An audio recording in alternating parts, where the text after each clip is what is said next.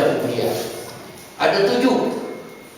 Nah, ini Ubudiyah, Pak Haji Hasan Basri, Pak Ustadz Lukman, siapa lagi? Datang ke pemuda. Ini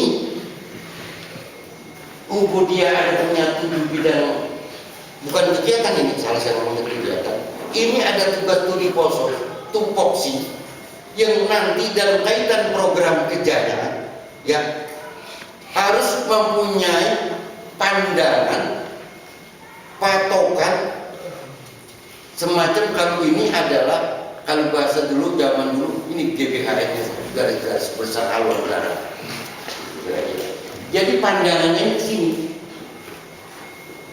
acuannya kira-kira begini. Membuat jadwal bertugas sholat Jumat, imam, khotib, bilal, muazin, udah jalan itu. Secara alami sudah jalan. Kita belum bingung, itu jalan itu. Sebab ini merupakan konsumsi harian. Ibarat orang, ya enggak, ini sudah menjadi makanan konsumsi.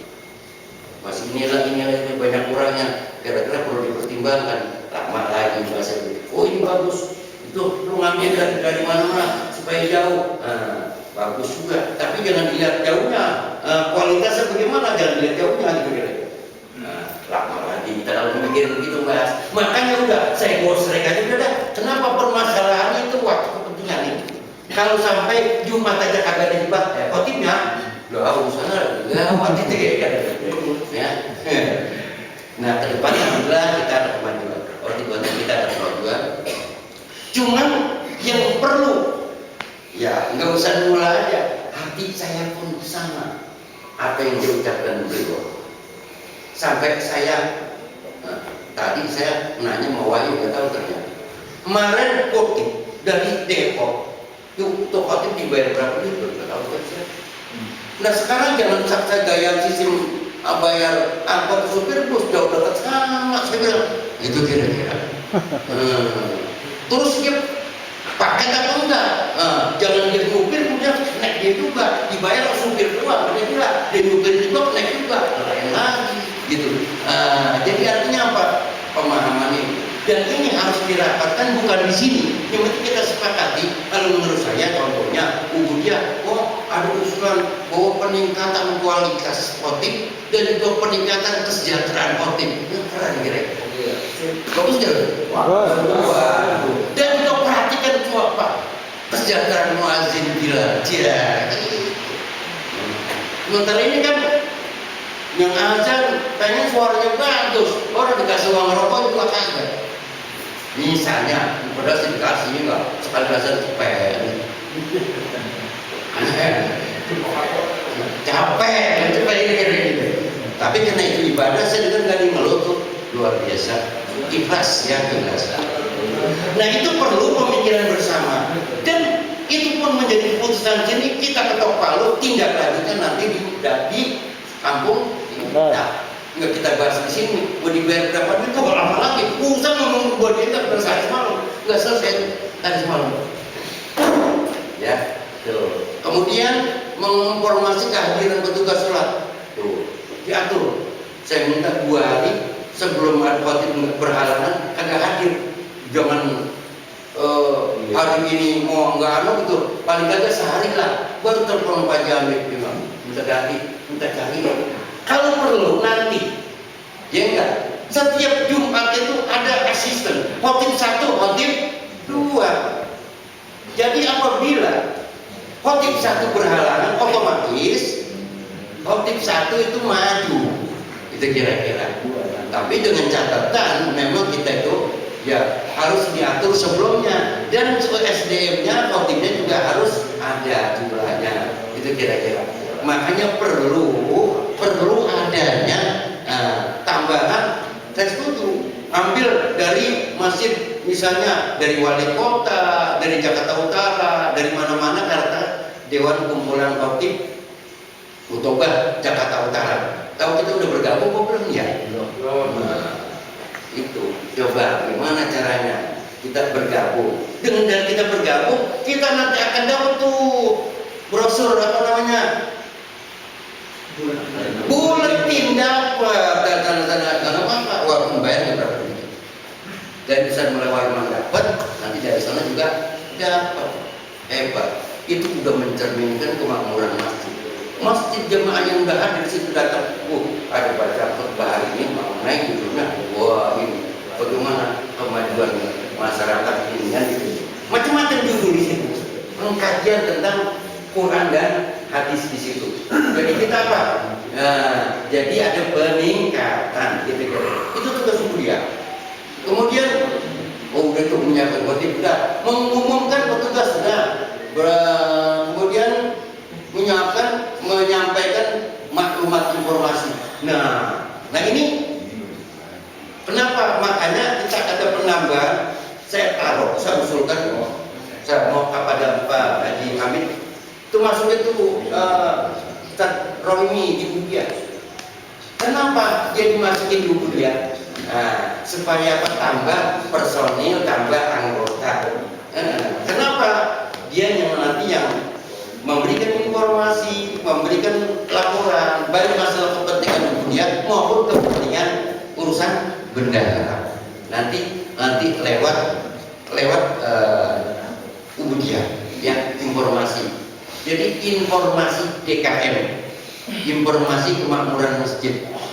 Kemudian menerima laporan dari keluarga duka.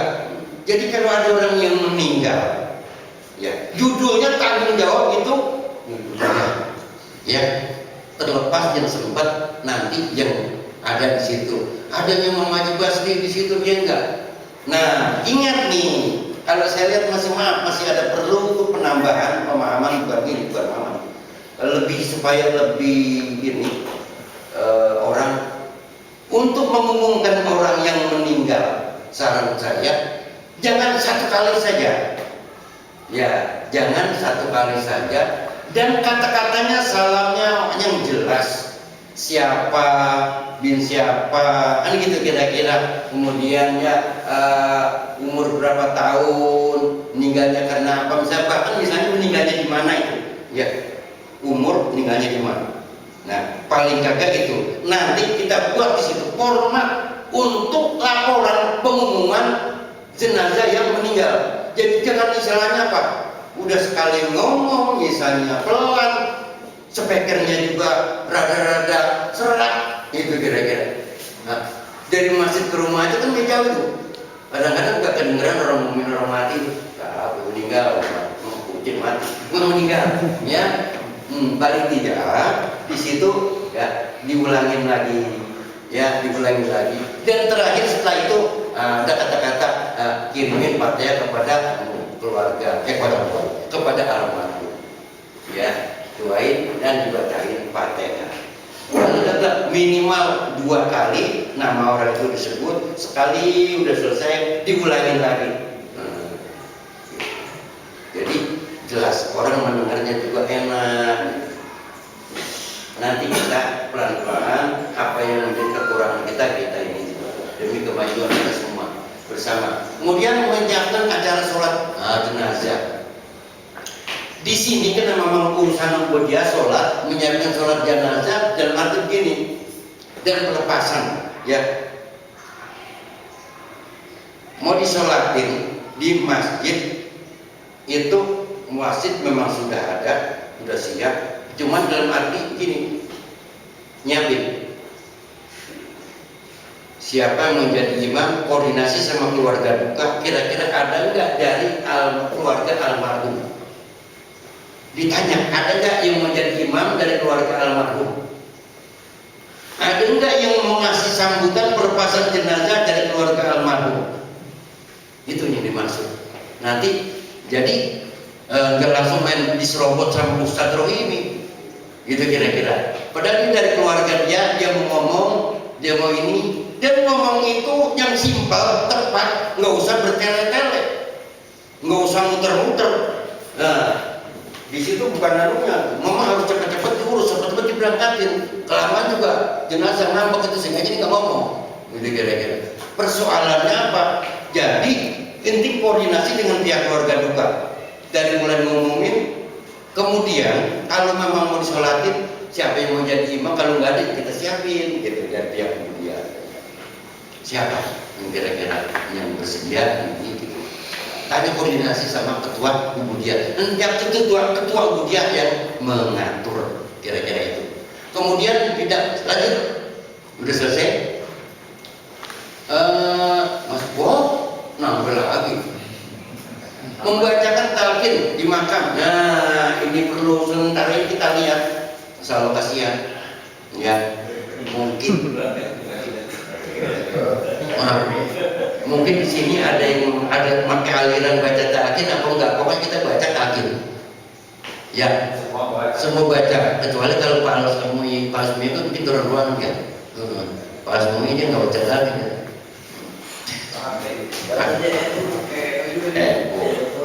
Ya, enggak apa-apa. Jangan dibahas masalah itu. Mau pakai mau nggak urusan beri. Kemudian membacakan talqin ini artinya gini. Dan juga kita udah kepengurusan begini yang bisa mencepat diri, ya coba gabung bantuin membaca talqin kita bisa harapkan dari dia, apa ketua DKM, apa Pak Ustadz Lukman, apa Pak Ustadz Rohimi, ya siapa. Bahkan kalau memang sumpah itu nggak berhalang semua, nggak sempat semua, dari yang lain pun ya boleh untuk mengcover, membantu. Yang jelas mah kita harus sama-sama ikut mengirim ataupun ikut bersama-sama berjamaah ya. Kemudian membuat jadwal petugas sholat tarawih. Yang sholat tarawih bila sudah otomatis sudah biasa itu ya. Kemudian menyiapkan sholat-sholat sunnah yang sifatnya institusional. Maksudnya begini, misalnya ini ada sholat situasional. Nah ya, misalnya satu saat pengen kita ada sholat gerhana bulan, gerhana matahari, sholat gaib dan lain. Kemudian nggak hujan-hujan, kita pengen sholat khusyuk. Kira-kira sholat kita hujan, itu kan, tapi itu memang harus digerakkan semuanya oleh seksi tubuh dia ya. Kemudian menghimpun sodako tarawih. Selama ini di masjid maupun di musola kita ya, khususnya di Sungai Kendal, nggak tahu kalau pada tengah Idul Adha itu, kalau sholat tarawih itu kotak amal nggak dimintai bulan puasa, padahal peluang amal ya di situ sebetulnya di mana-mana besar. Orang mau berlipat ganda justru beramalnya di bulan puasa. Kenapa nggak dimintain itu? Kalau nggak menanggung kan biar kotak jalan sendiri. Makanya Pak Ajiban nanti bikin kotak yang pakai roda. Ya. Gitu ya. Kita bikin kotak pakai roda biar jalan sendiri. Al-Marbot bila ada yang ini. Kenapa? Ya kalau manggil JTS kan jauh ya, tarawih musola sono enggak. Dia tarawihnya enggak ke masjid atau kotak sambil dorong kan gitu kira-kira biar jalan sendiri. Waduh, saya mau mikir ini mau ada waktu.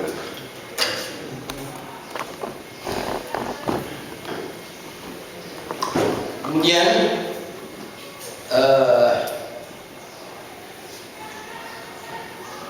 menghimpun sholat tarawih ya udah amal ya. Kemudian menghimpun sodako tarawih. Nah setelah udah begitu, nah dia udah dikumpulin itu situasi bagaimana? Nggak mesti harus bendahara ini. Nanti yang dipercaya di situ siapa? Kenapa Pak Haji Ibar nggak ada di situ? Kemudian Pak Wasikak nggak ada di masjid tarawih, ya nggak, sedangkan kotak jalan. Makanya kalau memang kotak itu kan nggak perlu dibuka tuh, tinggal diamannya pesan Mas Haji masuk ke kamar kunci. Kira-kira, ini kita khususin itu, tandai kotak lompat, kotak amal itu, jadi khususkan nanti malam saat-saat masih bulan Ramadan, kotaknya kotak khusus, dianuin gitu maksudnya, jangan dibuka, gitu ya, buka. Kita mau pengen tahu selama sebulan lagi dibuka menjelang Ramadan akhir berapa duit sih kira-kira? Ya, bagaimana setelah itu? kita membuat bagaimana nanti dia memikirkan ya bukan hanya udah kepentingan semata-mata, itu banyak dan itu ditopang dari yang lain-lainnya. Kenapa itu ada nilai amali apa namanya amilin juga. Nah, kemudian di sini menyiapkan honor hadiah, ya sebutnya memang hadiah di sini kalau bahasa ininya, apalagi gaji. Nyebut honornya juga kayak orang pasir. Kenapa urusan Abu Menolok kok sholat pakai dibayar kira-kira gitu. Nah, tapi perlu akhir Ramadan ya enggak dipikirin sama ketua Budia nih. Ini kira-kira ini pakai sarungnya gajah duduk apa gajahnya program. Contoh tuh kira-kira akhir Ramadan. Tunjangan kali ngomongnya bukan tunjangan ya. Ya, boleh. Ini saya pusing juga nih mikir sama pakai kata-kata apa nih kira-kira. Ya, nanti menyesuaikan ya, gitu kira-kira. Itu salah satu. Ya, kemudian menyiapkan petugas sholat Idul Fitri, otomatis ya, Idul Fitrinya Idul Adha disiapkan. Bagaimana tentang itu? Bukan bekerja sendiri, ya, marbot, sesi perlengkapan, pengadaan juga. Ya, silakan. Kalau memang sudah lengkap semua kaitan dengan itu, peralatannya termasuk menjelang Ramadan, Idul Adha, Idul Fitri, enggak, termasuk beduk juga jangan lupa. Beduk harus dipikirin itu. Selama ini kayaknya beduk Ramadan itu mau menjelang puasa besok doang itu. Lama itu udah takbiran dikit selesai itu udah. Kenapa udah nggak ada yang beduk? Apa beduk dipukulin kekerasan? Apa memang remaja udah nggak ini gitu kira-kira. Nanti kita makmurkan bagaimana caranya supaya apa kegiatan ubudiyah ini ada peningkatan. Dan begitu juga bisa nanti dari masjid ke musola juga. Jadi kampung kita itu kelihatan akan lebih semara, lebih siar lagi.